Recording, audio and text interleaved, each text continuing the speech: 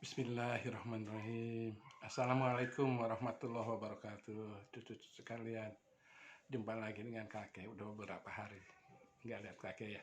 Alhamdulillah kakek dalam keadaan sehat walafiat. Mudah-mudahan cucu-cucu juga demikian. Selalu dalam keadaan sehat walafiat, selalu dalam lindungan dan hidayah Allah Subhanahu wa taala. Untuk itu, mari kita panjatkan puji syukur kehadirat Allah Subhanahu wa taala yang telah memberikan semuanya itu pada kita, memberikan perlindungannya, memberikan hidayahnya dan keselamatan pada kita semua. Juga sholawat dan salam untuk Nabi besar kita, Nabi Muhammad Shallallahu Alaihi Wasallam.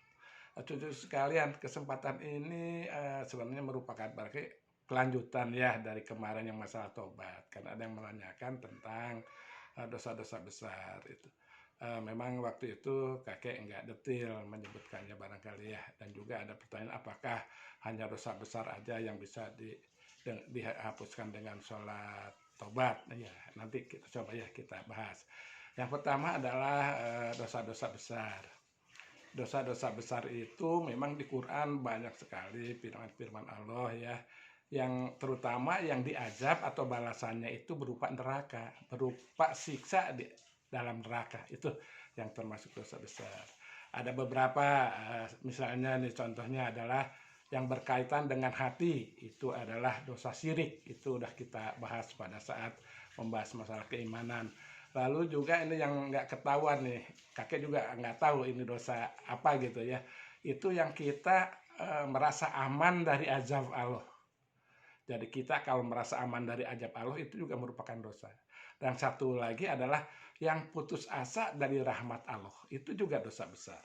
Jadi kalau kita merasa aman dari azab Allah, ya dosanya itu dosa besar. Juga apa yang putus asa dari rahmat Allah juga itu adalah dosa besar. Lalu yang berkaitan dengan lidah itu juga banyak beberapa ya. Misalnya sumpah palsu itu juga dosa besar. Bersaksi palsu juga dosa besar. Lalu mendusta, berbohong, berdusta itu juga adalah dosa besar. Lalu ada menuduh, ya, menuduh seseorang berbuat kejelekan, terutama menuduh perempuan beriman yang dituduh berzina. Itu hati-hati. Lalu masalah perut. Nah, ini masalah perut juga ada dosa-dosa yang berkaitan dengan perut, yaitu adalah makan barang-barang haram, yaitu riba. Lalu minuman memabukkan, homar ya kalau di dalam bahasa anunya. Lalu juga yang paling penting ini harta anak yatim. Kalau kita makan harta anak yatim itu dosa besar. Lalu yang berkaitan dengan mohon maaf dengan kemaluan yaitu adalah berzina. Lalu yang berkaitan dengan tangan itu melakukan pembunuhan, melakukan perampokan atau pencurian. Ya, lalu dengan kaki, nah kaki ini ya kalau dibawa ke maksiat ya betul, tapi yang berkaitan dengan dosa besar di dalam Al-Quran itu adalah lari dari peperangan. Itu ya sekarang mungkin tidak terjadi, tapi zaman dulu, zaman Rasul itu memang itu uh, merupakan dosa kalau seandainya dia itu lari dari perang. Lalu ada lagi yang berkaitan dengan seluruh badan itu, dan ini sangat penting sekali, durhaka terhadap orang tua. Tuh. Jadi kalau kita merasa suatu ketika melakukan dosa terhadap orang tua, ya sebaiknya langsung tobat nasuha. Itulah yang dosa-dosa besar yang dapat digugurkan, dihapuskan dengan tobat nasuha, dengan catatan memenuhi syarat-syaratnya. Ya, itu tadi satu adalah menyesal melakukan dosa-dosa tersebut. Yang keduanya bertekad untuk tidak mengulangi atau berhenti melakukan dosa-dosa tersebut. Dan yang ketiganya dilakukan dengan ikhlas. Jadi kita secara ikhlas mengakui bahwa kita berdosa, kita menyesal melakukan dosa itu dan bertekad untuk tidak melakukan dosa itu lagi. Itu banyak dari supaya itu ada anunya semuanya, balasannya di dalam Al-Qur'an itu ada, itu merupakan azab siksa di neraka semua. Ya. Lalu berkaitan dengan pertanyaan apakah hanya untuk dosa besar aja sholat tobat? Para ulama enggak begitu, enggak menyatakan begitu gitu ya. Memang pada umumnya nih taubatan nasuha dilakukan untuk dosa besar itu karena dosanya mungkin terasa. Tapi alangkah baiknya, seyogyanya seharusnya sholat tobat ini juga dilakukan setiap malam, setiap hari. Karena kita tahu bahwa kita manusia adalah orang-orang yang banyak dosa, banyak lupa. Ya. Jadi siapa tahu kita lupa melakukan dosa gitu, tanpa sengaja. Jadi kita mohon ampun kepada Allah, baik untuk dosa kemarin, dosa kemudian, dosa yang kita ketahui, dan dosa yang kita tidak ketahui. Nah, untuk menghapuskannya itu, yaitu bisa memang dengan istighfar. Kalau dosa-dosa kecil kan bisa dengan berbuat baik, soleh.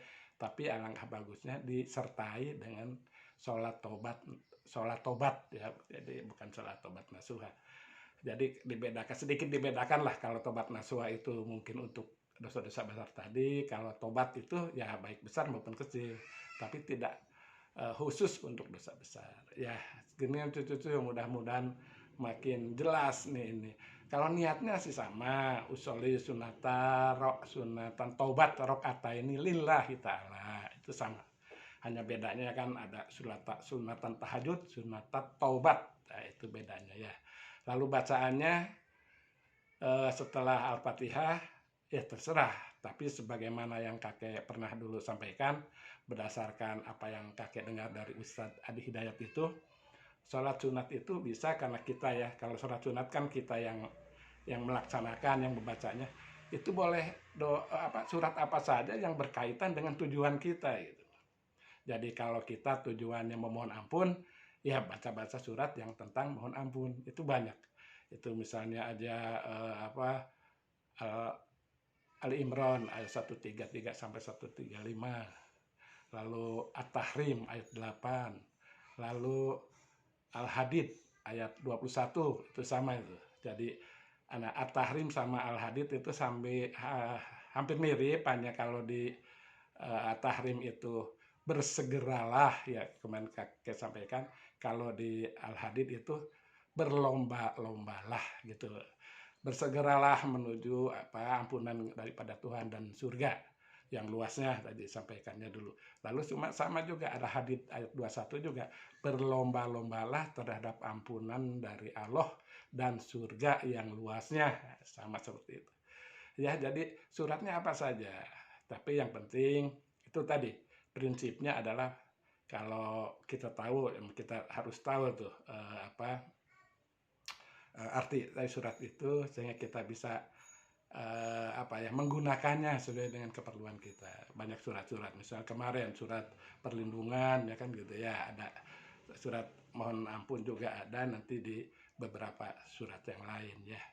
Jadi gitu cucu-cucu sekalian, mudah-mudahan makin jelas dan juga dengan harapan dapat melaksanakan itu tadi. Yang penting adalah kita tidak berbuat dosa gitu ya. Yang penting itu. Jadi kalau kita tahu bahwa yang tadi dosa besar, kita harus coba menghindarinya.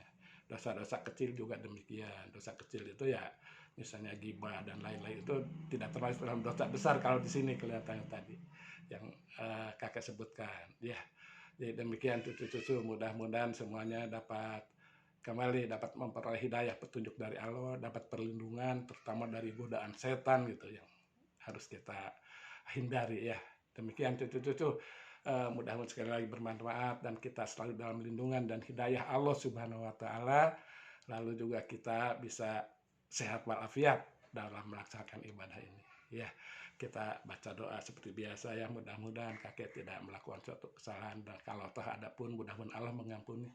Bismillahirrahmanirrahim. Subhanakallahumma wa bihamdika asyhadu an la ilaha illa anta astaghfiruka wa atubu ilaik.